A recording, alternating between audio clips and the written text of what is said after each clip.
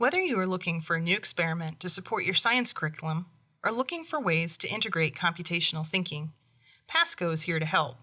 In 2019, Code.org released a report on the state of computer science education. As of 2019, 34 states have adopted computer science standards, and many now hold requirements for completion of a computer science course for graduation. Additionally, states such as Florida now offer computer science courses starting at kindergarten. Computational thinking and coding are parts of the larger picture that make up the computer science standards. Now more than ever, computational thinking is taking center stage. The idea behind this stems from how rapidly our world is evolving with the use of technology. Can you imagine your world without your cell phone? Computational thinking is the ability to put critical thinking skills into action, as well as being able to connect digitally. It is the ability to think and act like a computer scientist. It doesn't mean we're all going to be computer scientists, but we can take these skills into other fields such as medicine and engineering and come up with new innovations that make life better. We can break up the process of computational thinking into 4 parts: decomposition, pattern recognition, abstraction, and algorithmic thinking. So what exactly does each step mean in this process? Decomposition is breaking down of complex problems into smaller ones. Pattern recognition is looking for similarities. Abstraction, filtering out what is most important. And algorithmic thinking, constructing a step-by-step process for solving the problem so work can be replicable.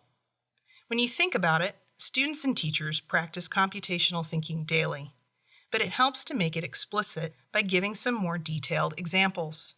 For example, decomposition could be students researching organs of the human body to understand how the respiratory system works.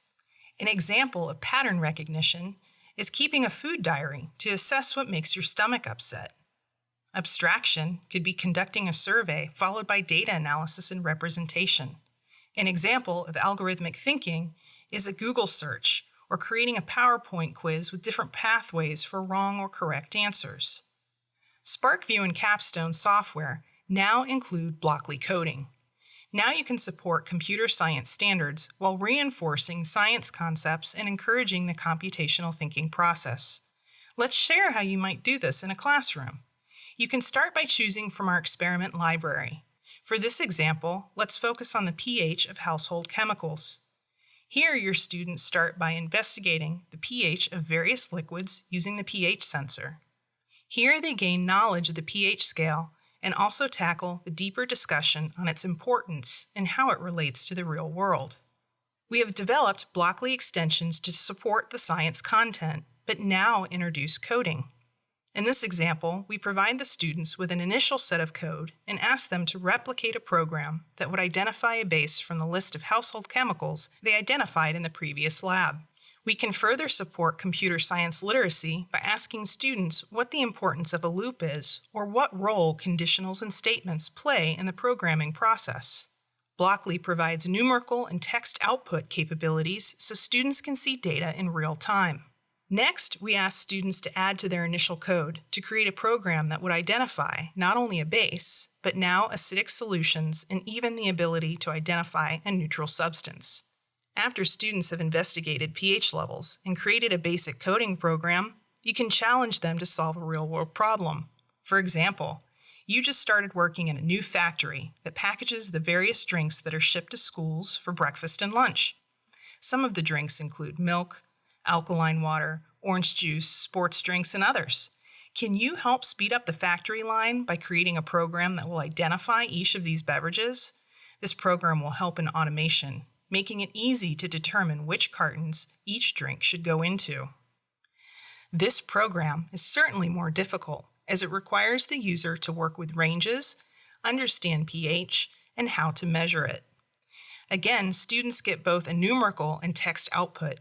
If the ranges are correct and the program is free of bugs, it will identify each drink on pH alone. So let's bring it back to the computational thinking process. In the Blockly extension for pH, we added a task. We asked the students to think about each step of the computational thinking process as they worked through all the activities and challenges. They were asked to document these in a chart for later reflection. Now we have students explicitly thinking about the process as well. To find this example and more lessons to support computational thinking, please visit our experiment library and search for Blockly. Thank you for joining us.